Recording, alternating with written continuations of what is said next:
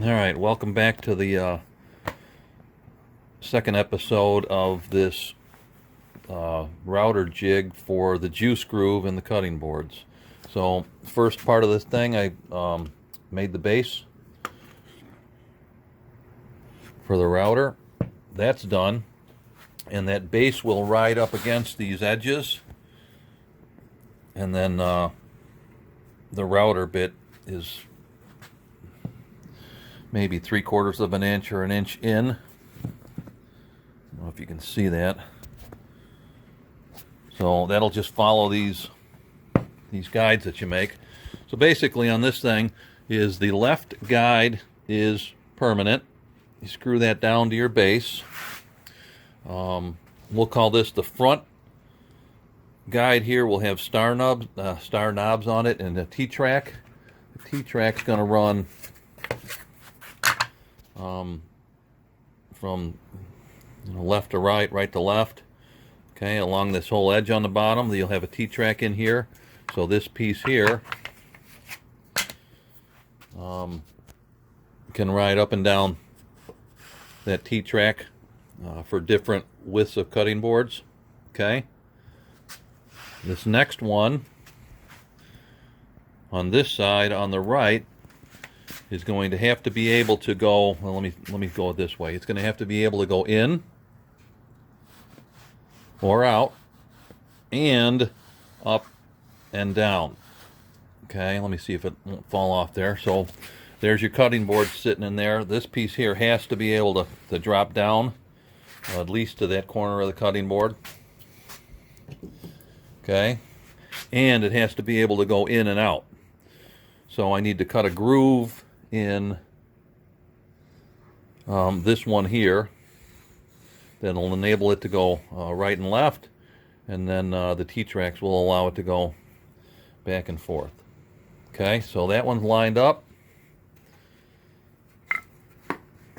right like so, and then this one here on the back side of it. Okay, so I'm calling this the front. There's a stationary front. The right side got to go in and out and up and down, and then that back one's just got to come towards us. Just drag it all the way in on two T-tracks like that. Lock your cutting board in there.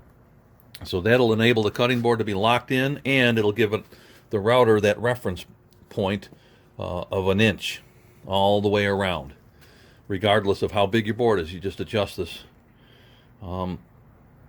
So that's what I'm working on now. I need to get the router out of the dado stack blades in the table saw and put the T-tracks in this. And then I got to cut the groove in this one with a router, 1/4 inch, 5/16 router bit, all the way along at the given spot for the T-bolt to come through. And then glue up all these fences for the router. So let me get the dado stack going, and we'll talk to you in a bit. All right, we're getting there. So we got the front one done, the side one done, and one of the back ones are cut in. So let me move the fence over. We'll cut this last one in, and then I can give you all the measurements and stuff that might help you. Talk to you in a bit. All right, so here's the next step on this, is screwing down the T-track. Okay, so I got a collection of screws. I got screws that came with the T-tracks. I got T-tracks all over the place. Here's the problem. This was still is a 3/4 inch piece of plywood, 3/4 inch thick. Well, the issue we're going to run into is the screws that I have, and anything that I consider worthy of putting in here, are probably 3/4 of an inch long. Okay, so let's see here. No, yeah, they're probably 3/4. Okay, so that doesn't work, so they're going to pop out the bottom, which is okay, because this is my plan. I knew this going into it. I'm going to go to, sorry about all that, Menards, and get a chunk of hardboard, probably 1/4 inch hardboard, and glue it to the bottom of this thing. So I'll put these screws in now first. Okay, I'll screw all this together, then I'll flip it over and grind off the part of the screw that's protruding through the bottom, and then I'll sand it flush. Doesn't have to look pretty because I'm going to put hardboard on the bottom of this thing that'll make it look a lot better. So that's my next step, is to get these drilled in, cut the screws flush, right, and then go to the store and get some hardboard, and among other things. Talk to you in a bit.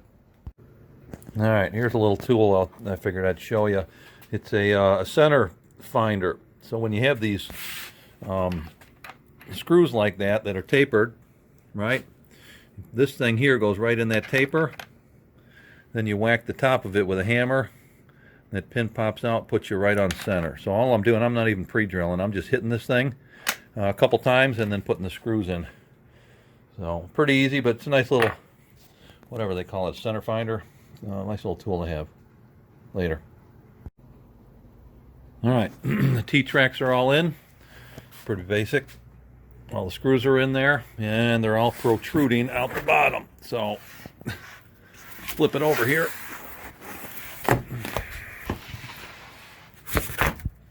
Peel the cardboard off. Then I'll just take a grinder, probably take this outside, and then just knock off all those.